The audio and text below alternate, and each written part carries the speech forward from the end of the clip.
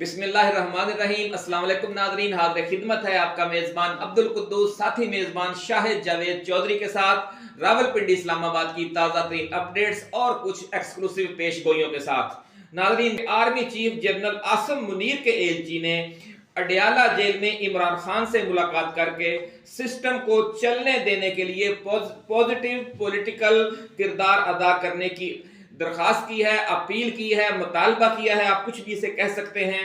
और साथ ही ये यकीन दहानी भी करवा दी है कि आम इंतखाबात में अपने साथ होने वाली ज्यादतियों के अजाले के लिए पीटीआई के जो उम्मीदवार अदालतों से रजू करेंगे उन्हें इंसाफ देने वाले जजेस पर अब कोई दबाव नहीं डाला जाएगा और पीटीआई और नून लीग को ये अदालती जंग लड़ने के लिए बिल्कुल आजादाना लेवल प्लेइंग फील्ड दी जाएगी। ये जो एलची बनकर गए हैं, जरा ये कह रहे हैं कि वो हाजिर सर्विस जर्नल हैं, बहुत ताकतवर जनरल हैं। वो कौन है वो आज हम आपके साथ डिस्कस करेंगे कि उन्होंने वो क्या शरायत लेकर गए और जवाब में इमरान खान ने क्या 3 मुतालबात रखे।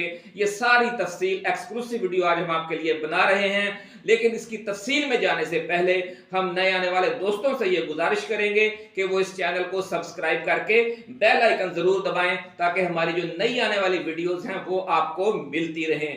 तो जी नाज़रीन, अब बात करते हैं कि जो मुलाकात हुई है अडयाला जेल में, सबसे बड़ी खबर कि वो कौन से जर्नल थे जिन्होंने जाकर इमरान खान से मुज़ाकरात की हैं। बहुत हसास और अहम और नाजुक मरहला था नाज़रीन ये कि पाकिस्तान के अगले 5 साल की सियासत का भी इसी पर इन्हिसार है। मुल्क को जो सियासी और मुआशी अदम इस्तेहकाम दरपेश है उसका हल भी इन्हीं मुज़ाकरात की कामयाबी में है। आप और हम सब इसके लिए दुआ गो हैं कि हम जो पिछली रंजिशें हैं वो भुलाकर एक नई शुरुआत करें। नाज़रीन, शुरू में ये कहा जा रहा था कि जो मौजूदा chairman joint chiefs of staff committee हैं जनरल साहिद शमशाद मिर्जा ने जाकर जेल में इमरान खान से मुलाकात की है और उनसे मुस्तकबिल में जो सियासी पाकिस्तान का अब ये अगली किरदार पॉजिटिव किरदार अदा करने की अपील की और साथ ही ये यकीन दहानियां करवाई कि इमरान खान के खिलाफ, बुशरा बीबी के खिलाफ और पीटीआई कारकुनों के खिलाफ जो मुकदमात कायम हैं वो खत्म कर दिए जाएंगे और उन्हें जल्द अज जल्द अदालतों के जरिए रिहाई दिलवाई जाएगी। लेकिन आज ये ताज़ा तरीन खबर आई है कि जो जेल में जाकर मुलाकात करने वाली ताकतवर शख्सियत है वो जनरल साहिद शमशाद मिर्जा नहीं है बल्कि लेफ्टिनेंट जनरल अवैस दस्तगीर हैं। नाज़रीन, CGS chief of general staff है जो आर्मी चीफ का नंबर 2 होता है। उनसे पहले जो लेफ्टिनेंट जनरल मोहम्मद सईद थे वो सीजीएस थे। उससे पहले जो मौजूदा chairman joint chiefs of staff committee है जनरल साहिद शमशाद मिर्जा, वो भी इस पोजीशन पर काफी अरसा रहे हैं और उससे पहले लेफ्टिनेंट जनरल बिलाल अकबर भी इस ओहदे पर रह चुके हैं, इसलिए ये बहुत अहम ओहदा माना जाता है।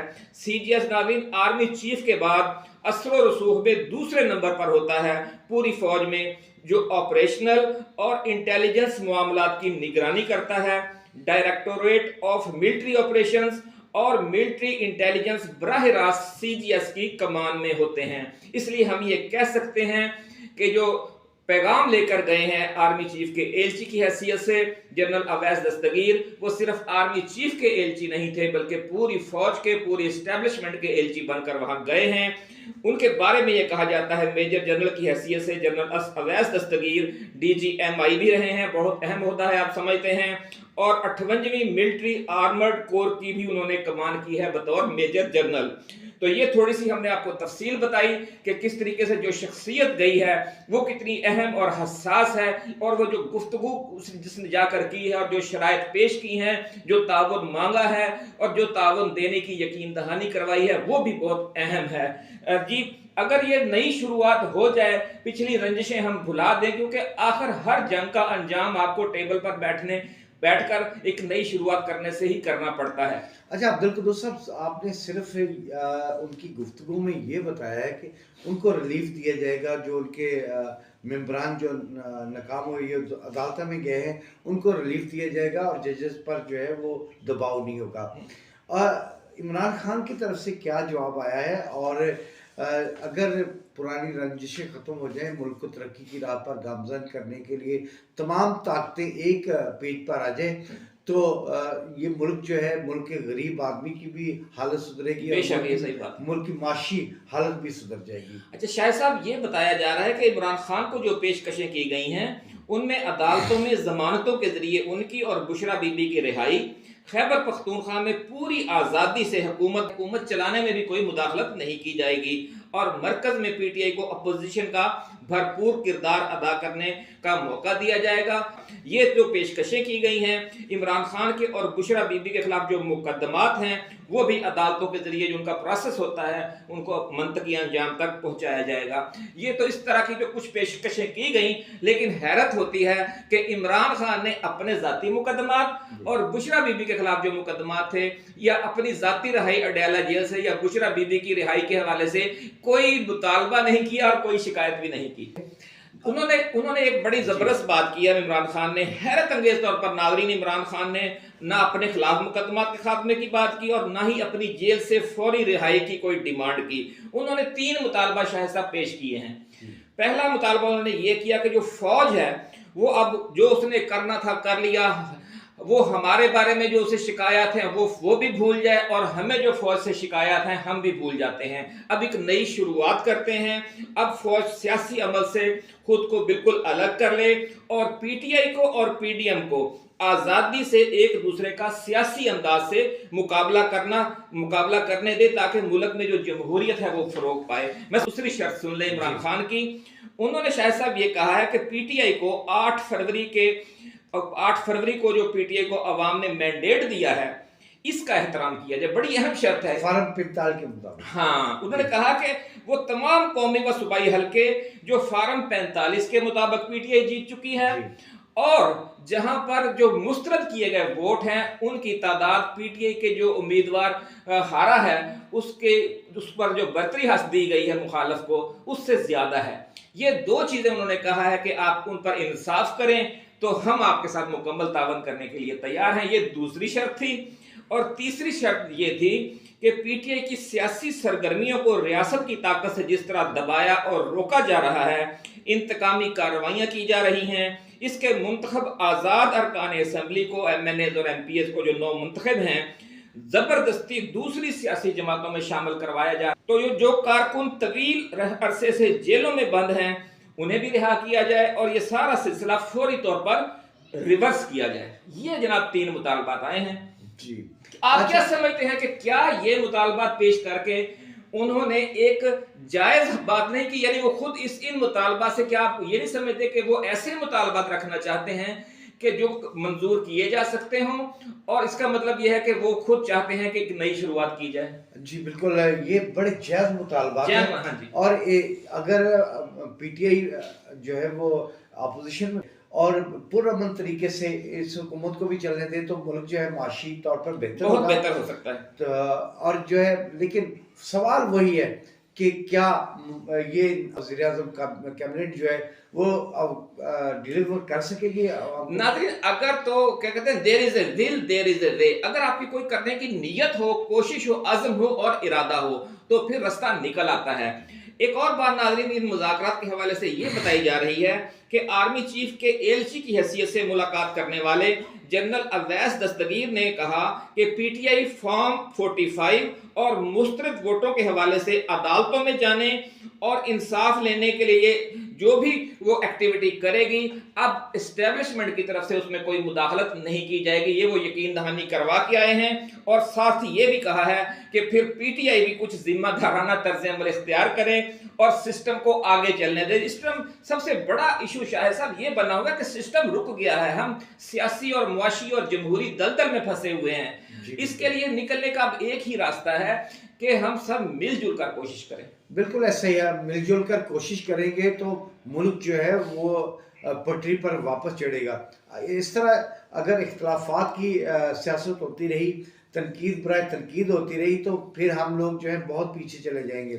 मशहूर नाज़रीन एक शेर है ना कि लड़ते लड़ते हो गई गुम, एक की चूंच एक की दुम, है ना। एक था तीतर एक बटेर, लड़ने में थे दोनों शेर, लड़ते लड़ते हो गई गुम, एक की चोंच एक की दुम। तो ये तीतर और बटेर न बने पीडीएम और पीटीआई, ये अब कौम की भी ख्वाहिश है और इस्टेब्लिशमेंट को भी यही ऑप्शन ज्यादा सूट करता है। आप क्या समझते हैं? हाँ जी, देखिए बाबा बुल्ले शाह साहब का मैं भी कुछ शेर इरशाद इरशाद।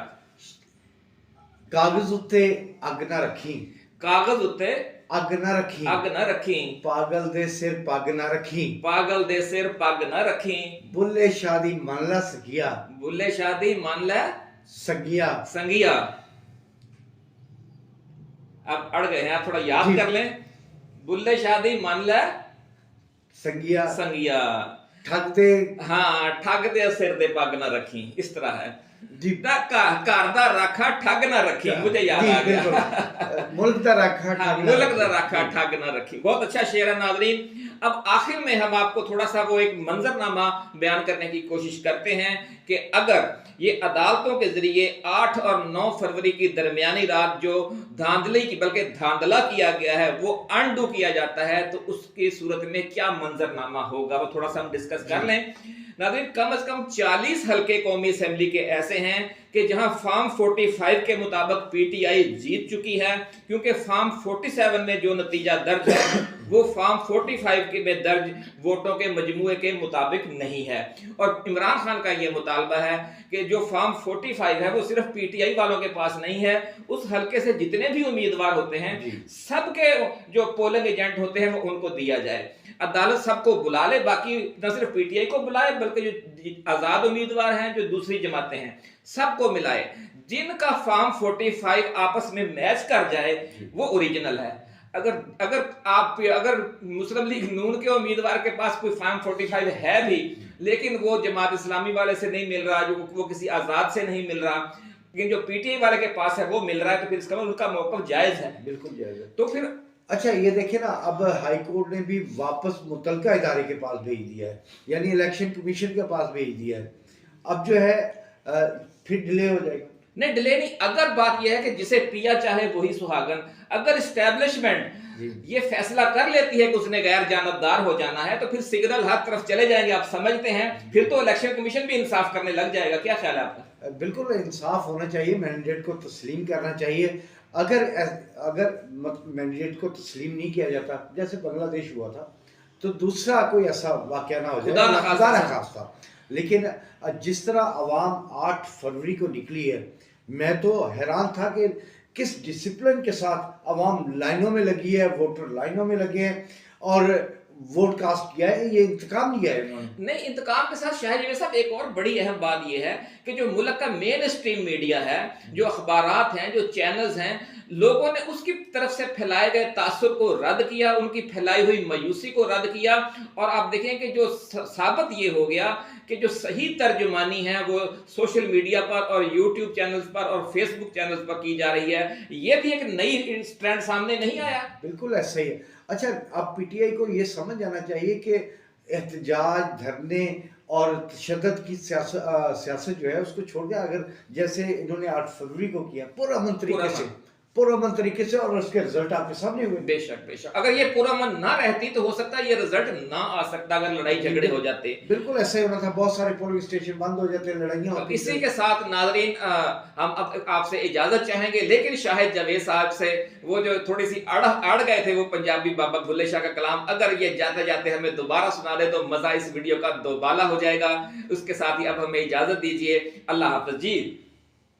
कागज उत्ते अग ना रखी, कागज उत्ते अग ना रखी, अग न रखी, पागल दे सिर पग ना रखी, पागल दे सिर पग न रखी, बुल्ले शादी मल्ला संगिया, बुल्ले शादी मान लै संगिया, मुल्क दा रखा ठग ना रखी, मुल्क दा रखा ठग ना रखी।